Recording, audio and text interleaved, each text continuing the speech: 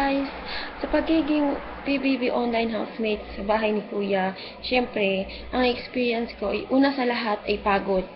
Pagod, kasama na dyan yung puyat. Kasi, pagod na sa work, tapos puyat ka na rin, tapos puyat at pagod ka na rin sa kakaantay ng task kung anong oras ba talaga darating dahil ayaw mong mamiss.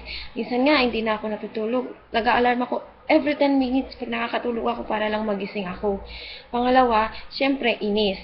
Pagkatapos mong gumawa ng task na syempre pinaghirapan mo, nandiyan na yung pagod mo, nandiyan na yung yung effort mo, tapos may magwewe sa'yo, syempre, andyan din yung mag-hurt ka, magwewe ka, syempre, tapos doon mo isip, ano bang mali, parang ganun.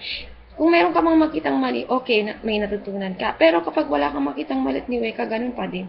Siyempre, pangalawa, saya. Kasi pagkatapos ng task, siyempre, proud ka sa sarili mo na nagawa mo, tapos tataas yung rank mo. Ganun po, siyempre.